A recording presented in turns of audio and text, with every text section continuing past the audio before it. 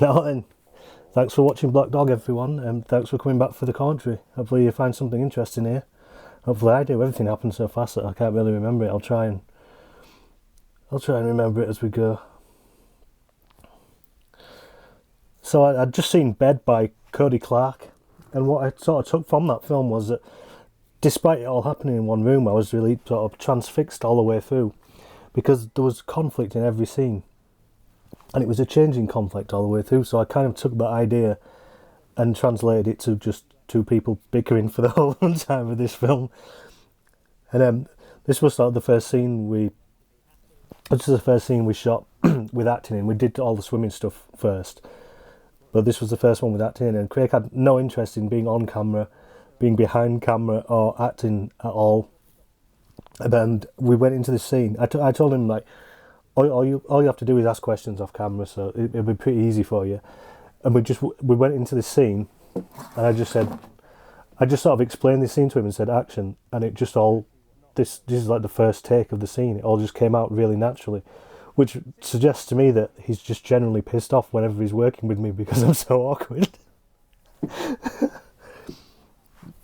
And I'd seen this thing about Kurosawa's films in the Seven Samurai, when he gives each character a tick or a quirk, and I thought I'll put that in. So I have this thing with my character with the and there's also the thing about him sort of doing childish little things like kicking the floor here and having a child's scooter, and then there's some other stuff later on.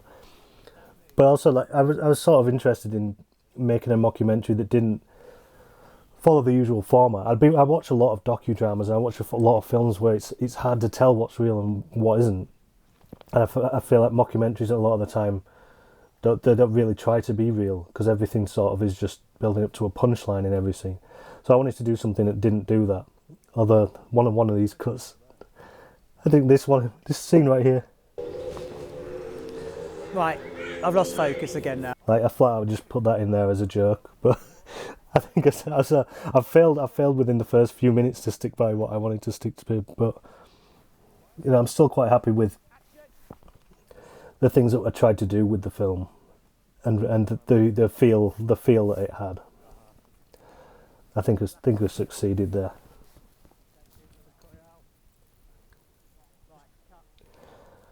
I love this shot of me just floating by like some sort of weird whale, spitting. Do I spit at the camera?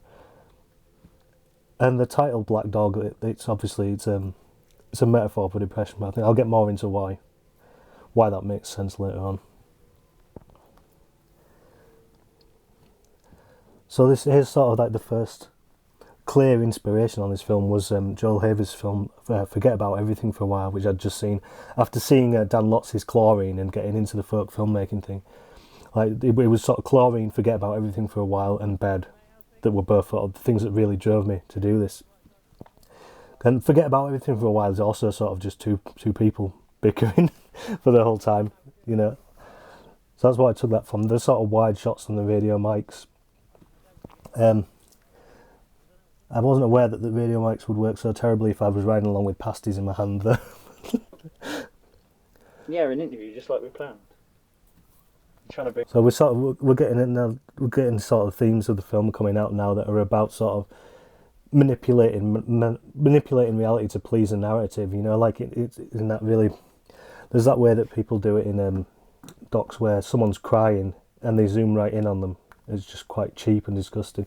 And I've been watching the classic Coronation Streets, the reruns lately, and they're just getting up to 1998 now, and it's wall to wall depression, infidelity, death, kidnappings, drink problems, gambling problems. Like the year before, it was all working class humour and interesting characters, and just sort of sometime around there, everything seemed to change to this sort of just cheap. I don't know. That's not. It's like unearned drama, because it's just like, this person has mental health problems, let's really focus in on that and not anything else that might define them. Back on this beautiful day when we could be having adventures, going anywhere, and we're sat here. Oh, this scene, it was a beautiful day here. And this scene didn't work out as planned either, because the sort of the gimmick in this scene was that I would be sort of happy with being interviewed for the most part, but whenever he asked me a question that I didn't like, I would spin around. But look at the state of this thing. It's like, it's barely hanging on. It's heavy as hell. and it took me so long to spin it right around that it ended up dropping quite a lot of dialogue and just going into just sticking to just sort of the meat and bones of it. But like there could be an irony to me making a film about someone with a mental illness while criticising someone with a mental illness. But like the things that I talk about here are my experience. It's like this character isn't me, but there are elements of me there, and I have felt that depression for no reason at all that I couldn't explain. And it was quite terrifying. Look how long it's taking me to spin around there. I think it does. Oh yeah, I forgot you were there. Oh yeah, I forgot you were there. I stole that from someone says that on the audio commentary for Jackass the movie. Don't know why little phrases like that stick with me, but they do. Well, this scene again is clearly this is the sort of Dan Lott's Joel Haver aesthetic, sort of the big wide shot and the radio mics. But I remember at the time it just didn't. When we were shooting the scene, I thought that looks the way it should, but I feel like I'm trying to be something that I'm not, and something's not working here. Yeah, and I wasn't. I'm repeating the themes over again. I'm just forcing them home. But I think what really why I don't like it is because there's just no bickering. It's just quite a boring scene, and there was more dialogue where I kind of explained that this was the sort of the place that I go that's really calm, even though there's a factory just out of shot that makes a load of noise all the time. But I didn't bother doing it because I thought the scene's not working, I'm probably not going to use it. But I didn't need to. But then I had to leave it in the end because there's a bit at the end that's very important. But I'll take some time here to talk about the score. I was trying to make a score for the film that sounded like Johnny Greenwood's in The Master. That had these sort of strange rhythms to it and it's kind of cohesive but sort of chaotic at the same time. And I wanted to do something that was like that. There's something that doesn't signpost or tell you what to think or say like this is the happy scene, this is where you should be thinking, something like that. And it didn't really work. I tried 3 different approaches. This is in GarageBand. There's 3 different approaches and none of them worked. And in the end, I just exported each individual instrument from all 3 of them and put them all into the same bit. Oh, this is the bit I had to leave this scene in for this because it's foreshadowing something later. So I put everything in at the same time, and it sounded like an orchestra tuning up, but never actually getting in tune. And I thought that's exactly what I wanted. And then I just sort of moved it around afterwards. So that's why it sounds so chaotic, and it's it is what I was trying for. But you know, this should give hope to people who have no musical chops whatsoever. That if you just mess about for long enough, you might find what you want. Because it reminds me of you. This is spoilers. This. It's about this Gadget who's his life's slowly turning to shit. Yeah, his wife left him. He keeps getting charged for these records he's not ordering. I always like this one. The camera. Being investigated for bribery. Everything. Craig said when he first saw the rough cut of this that this was more like the outtakes of a documentary, and that's why I love that. I love that I just left that in there. Asking all these questions everywhere. This is going on for ages. He's not getting any answers. It gets to sort of the end of the film where it looks like his life is finally going to be fully flushed down the toilet. You know what someone told me? Someone explained this film to me the other day, and I was like, I think I've been wrong about this ending. I like this shot. I love when you come up with a shot like this and think, how are you going to do that? Oh, we'll just stick a GoPro on the back of a van, see how it works out, and it just comes out exactly how you want it. Like loads of things happen like that in this film somehow. I don't know. Never seems to work like that. We had made a previous film that took forever. It took us forever to make, and in the end we just gave up because we were having to go back and shoot every few weeks, and after a while the gap gets bigger and bigger, and then you just lose interest completely. But like everything on this, we just came up with it instantly, and it worked. Sometimes you're just lucky, aren't you? Oh, this scene here, I've missed it already, but you see the police jacket, and I don't think it's enough to explain that he's been arrested for like trespassing or fishing without a licence or anything. And there was going to be a shot of a police station, and then we'd cut inside and see the police jacket. But the police station that's been abandoned right next to where we were filming for about 2 years when we went to actually get the shot of the police station, there was a massive for sale sign on it, so we couldn't use it. Anal drive.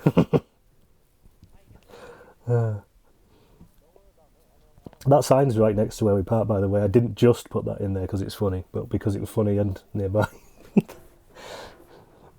So this scene's the big argument about making films about mental issues or people. This is, I guess, sort of the central argument of the film, is that it's sad to reduce people down to just their problems and to make that their only defining feature.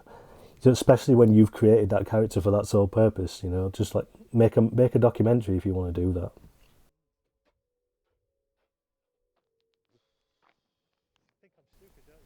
Yeah, I remember shooting this scene. I'd written the dialogue and I thought I wasn't happy with it and I was going to do something more with it. But I hadn't worked it out, and the day before we were shooting it, I couldn't sleep because I was thinking, this is the big central argument bit of the film. This has to be good. I was going to go all guns blazing, and I had all this. I rewrote it in my head and had all this stuff I was going to say, and then we actually got to the scene, and it just didn't happen. But I like the scene now when I watch it back. But when we shot it, I thought we did quite a few takes of it, and it wasn't working. I wasn't getting the energy that I wanted out of it because I'm not really an actor. Like, we're just sort of making these first films so we can get the style and what we want to achieve out there by ourselves without having to pay anyone and stuff, and hopefully they'll... I'm not, no. If you're not getting in, then fuck off. That if you're not getting in, fuck off. That's Peter Kay says that in 24 Hour Party People. We booked this pool for 2 hours to just get one shot of me sitting on the bottom of the pool with my arms and legs crossed, just staring at the camera like, you can't ask me any stupid questions down here. I like the idea of him being childish because he has this sort of thing, like in Unbreakable. I wanted this character to have these sort of childlike things that you can sort of, they are comical, but there's something about that he's not grown up and sort of given into conformity. He's carried on with this sort of childlike wonder of like, I can do anything I want. I love this shot where the camera's tracking along and then I suddenly disappear. But what we actually shot here was, this was going to be the end of the montage, not the beginning. And what happens is when I disappear, I actually run around the back of the camera, and then in front of where it's tracking to, so it tracks up to me, and then I look straight at him and say, I'm prepared to forgive you now. But I tried it a bit differently, and I thought it worked. Me just disappearing is a more interesting thing, because it's a recurring thing of me just going off in a strop whenever things get too difficult, and then I kind of develop beyond that. I don't know why I do that Michael J. Back to the Future run there when I'm supposed to be in a realist film, and then I turn into T-1000. I don't know. I wanted this segment to... I don't know if people notice this. You see the hammer flips out between the cars. I wanted this section to seem sort of dangerous without going too far. Too far, like showing me mugging someone or robbing, doing a burglary or something like that. By the way, the things on those signs say, I hope you were eaten by your own anus. Look at that dog behind the bars. Like, again, that's something that you would that would be an outtake in a documentary, but like, why would you not leave that in? It's a dog behind the bars. And it's just reminding me the biggest inspiration for this was a Stuart Lee documentary called King Rocker, where he keeps trying to... It's following this sort of the life of this punk band that have been around since the 70s, but they were quite big at one point, and then have just carried on with this sort of smaller following the whole time. And he keeps trying to attach these metaphors to them. And there's one point where he says, I love how you wrote a song about bakers, and it was a metaphor for the hierarchies and horrors of capitalism. And this singer's just said, what the fuck are you talking about? I worked in a baker's for 6 months when I left school. Stop overthinking everything. So that's sort of where the idea of the black dog having to represent something came from, and the sort of bickering. But they kind of bicker about it in that documentary as well. But it's a bit more friendly. I don't know. Though by this point in this, these two are becoming more friendly. How you been going anyway? Yeah, I'm not bad, mate. Are the uni happy? Well, no. Are the uni happy? Mine never were. There was a documentary I made there about the Hartlepool monkey hanging, and my tutor made me write 27 completely different approaches to the story, because none of them were the way that she wanted it told. And we ended up going up to Hartlepool for a week to shoot with no plan at all because none of them were good enough for her. That's what working in the uni is like. Now we're back, sorted, having fun. Having fun. Why does he really come back? Is he missing? Is he missing it? I'll eat a Bakewell tart right now. Bakewell tart. I could well eat a Bakewell tart. I've not had one for a while. This room looks like a Roy Anderson film. I love it. It was just like that as well. We didn't dress it or anything. I think we just said, should we turn the lamp on? that was that done. The idea. Oh, I'm tired. The idea in this scene, it came from a Ken Campbell video I saw where someone, I can't remember what it's called. It's something about creating a story, and it's where someone was just feeding these sort of ideas, these seeds of a story to them, and they're embellishing on it. So they would say, "So you're on a beach, aren't you? Yeah. What's it like? It's nice. It's not bad. A bit. There's a few waves. And there's something in the sea, isn't there? Yeah. What is it? I'm not sure. Do you want to go have a look? That sort of thing. It just builds up from there, and the story develops. It's something that I want to do on this channel. I might just start doing it later on. I need to do a test first, but I'd like to just get sort of creative people in and see what stories you can produce in this sort of way. Not in this film. It's more in a sort of Freudian way, I guess. That would just be more in a sort of fun, creative way. What do you see? Women. So when we go into these other sections, there's a lot of drone shots and tracking shots in here that we were actually from something we started shooting about 3 years ago. The thing that I've mentioned before that we didn't finish, it just sort of fiddled out. But between that one taking forever and then we just giving up on it, we'd made another shot where we tried to shoot all in one day. It was like a 12-hour shoot, and found that by the sort of the 10th hour of it, we were just so tired and frazzled and burnt out. We weren't getting really anything done anymore, so we had to give up and finish it another day. So on this one, we were just we kind of found the perfect balance where we would just meet first thing in the morning, work up till lunchtime, and then go home. And I would go through the footage, rewrite it, write more dialogue in for Craig, and try and get him to go on screen more. and then it meant that every time when we started, we were full of energy and full of ideas, and it just worked. What is it? Is that a hole opening up?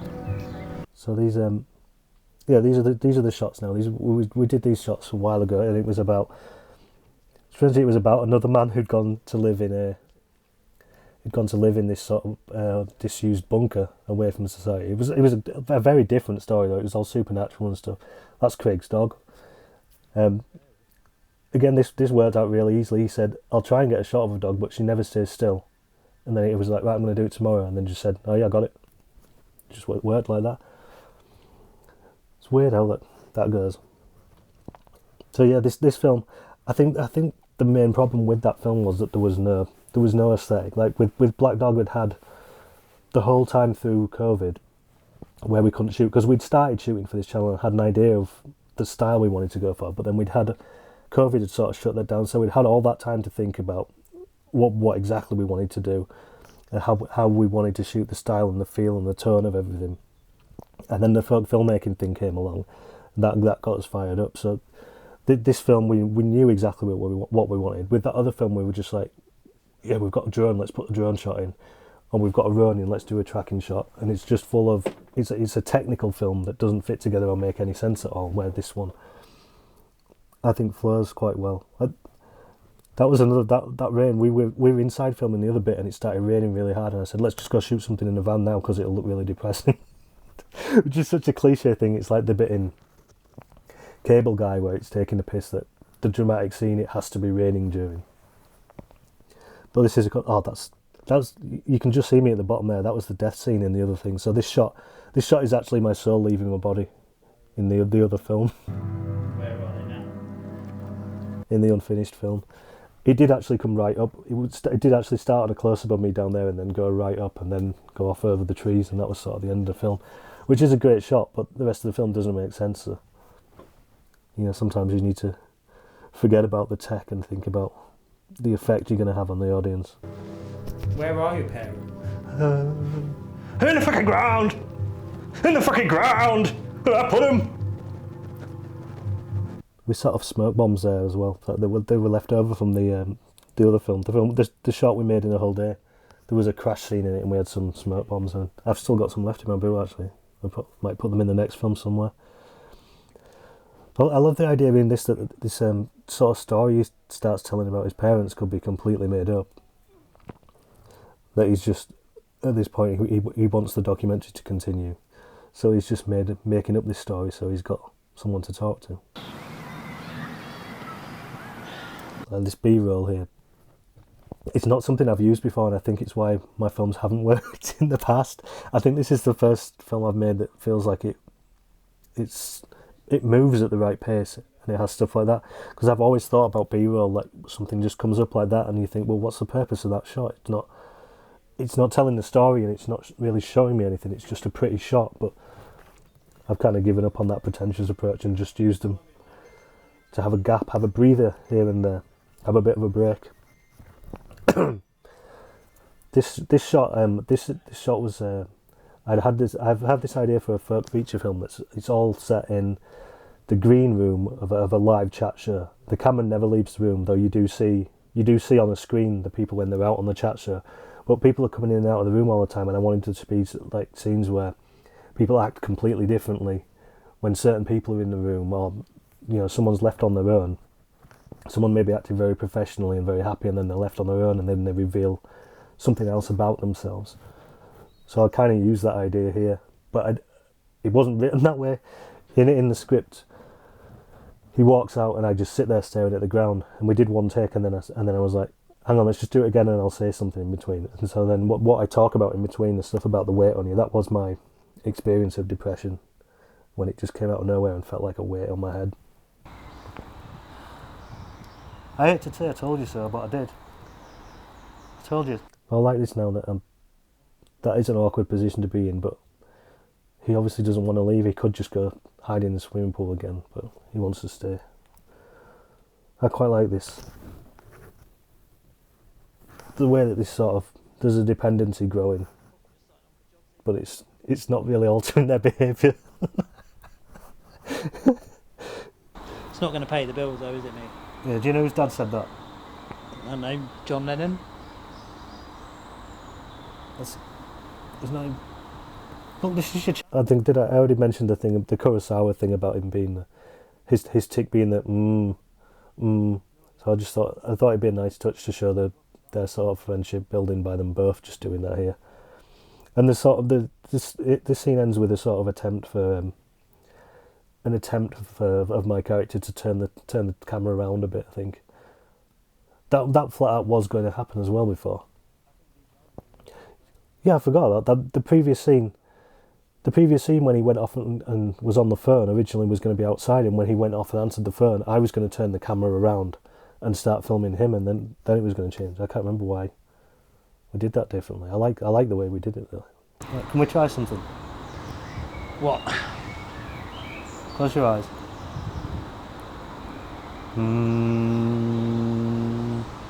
You're walking through the woods. No, we're not doing this. Fine then. I like that. He sort of reaches out his hand and then he just gets it battered away, and now he's out there alone again. Trying to fly a kite. There was no wind at all that day, which was good. Really, I guess it works. Yeah, the shot wouldn't really work if the kite was actually flying. But yeah, I think this goes on for a bit long, I think, to be honest. I feel like John Borman on the Zardos commentary now. Like, you can probably fast forward this bit. Like, the original cut of this film was, I think, 50 minutes long or something, and I cut a lot out, but seem to have forgotten to cut down this bit. Oh, this music was from the other film that I didn't finish. We didn't finish, and it was sort of my ode to Scott Walker, who died. He died around the time we were shooting it. I might share the scene because this music was in another scene that worked, but again, like that, the film was so disjointed that it was just sort of single scenes and montages that worked, but nothing worked as a whole. So I thought, well, might as well use that music again. It's quite haunting, and it's a bit. I was trying to add in music that. I didn't want the music. I wanted the music to feel chaotic, but at moments sort of come together, and at moments feel like something had changed or something had progressed. So it just felt right to just throw a song in there from somewhere else, because it was just like hanging around anyway. Do you want me to do about it? Because then it changes slightly here as well when. Hey, look, they're friends still, and they get a bit of flight. Oh yeah, still I don't think that moment has the emotional resonance I thought it would.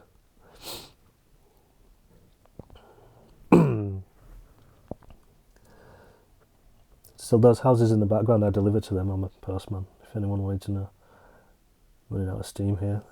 Trying to think of random facts. Monday morning. Last weekend of freedom, eh? Yeah, unfortunately. That bit's important. Can't believe you didn't know you needed a fishing licence. So this scene, I don't know why, this scene looks like a shot from a Dan Lots film. That was, I think I've mentioned it already, but that was, chlorine was really a big influence on this. I remember I'd put it on my watch list for ages, and I thought an improvised feature film, and I assumed it would be something like Clerks. It would be a sort of mumblecore thing. A lot of people sitting around talking and improvised dialogue, which is fine. I love that sort of thing. But I started watching it and was like, whoa, this is something different. This doesn't even feel like it's trying to be an indie film. And I think it's just my conception of an indie film was that in a way that some people will say, oh, this is like a student film now, when they see something arty, and students haven't made films like that for years. Like things have moved on. But I didn't realise until I watched Chlorine that there was just so much more that's possible now for very little money, and we have the sort of if you know what you're doing, you can make something really exciting. That's how I felt when I watched that film, and then the other films that got me really excited and led us to this. I think there's more ambiguity in this scene where, has he said it already?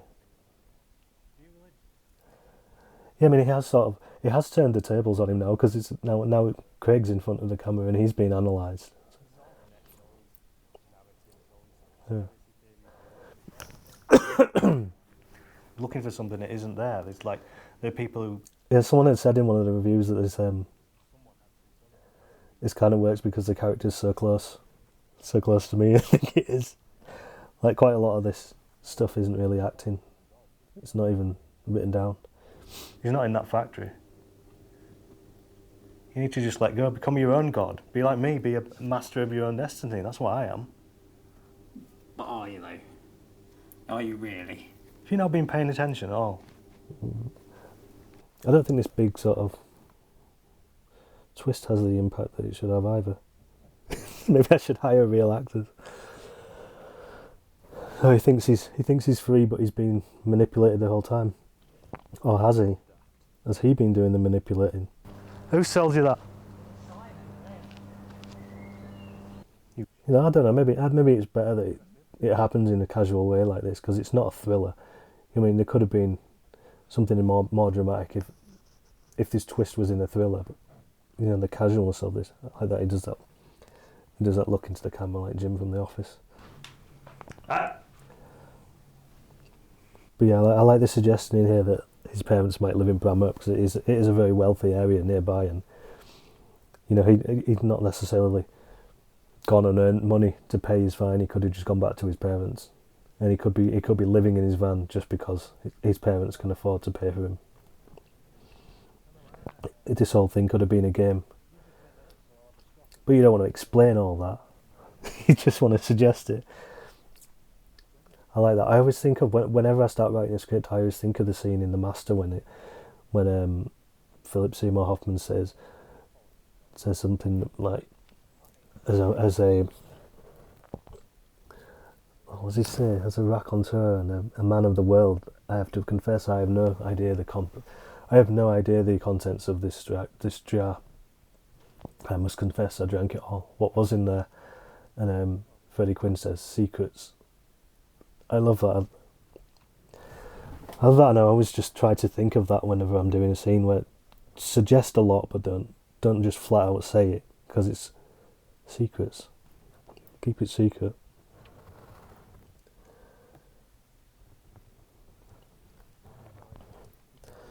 So we're at the final scene now where we meet the black dog. I think this scene would have worked better if we'd have sort of introduced this the wireless mic error earlier, because the audio's clean all the way through the film, but like it's a genuine problem with the mic that we found when we were doing the fishing scene. So I could have left it in there actually. Damn it. Anyway, yeah, there was no reason to do this, and there was no reason for me to actually make the mic cut out by turning away from the camera, because I could have just edited it later. But anyway, I like this. I quite like this. I like the ending, especially the bit right at the end where it sounds like I run off, because I was actually running back to the camera to make sure the take went all right. But because you can't see me, it just sounds like, what is he doing? He's actually running away. But in the script and what we shot, there was a scene after this, where there's more voiceover from Craig, and he explains that he never saw my character again. He finds my van abandoned, and it's full of all his artwork that he said that he's burnt, and it's all related to everything that's happened in this film. And Craig says something like, "I don't know why he left this stuff for me or what he was trying to tell me, but I didn't go to work on Monday. I guess I'm a filmmaker now." But it's so cheesy. It's cheesy, and I quite like it, but it's cheesy. But it just didn't look good either. Just the way we'd shot it, it was just too. It was too simplistic, and I'd put some really cheesy music on it as well, some really sort of uplifting music, and it just felt at the time that just ending on the sound of my character sort of running away or doing something that it felt right then, and it feels right now still. And I'm on my own. I'm still talking.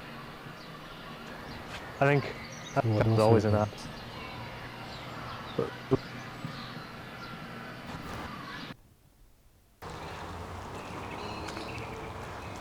And that's...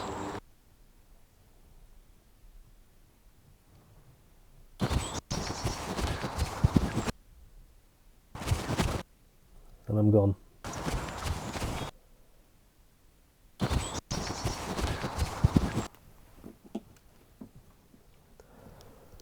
Anyway, that's Black Dog then. Thanks for watching. We will return.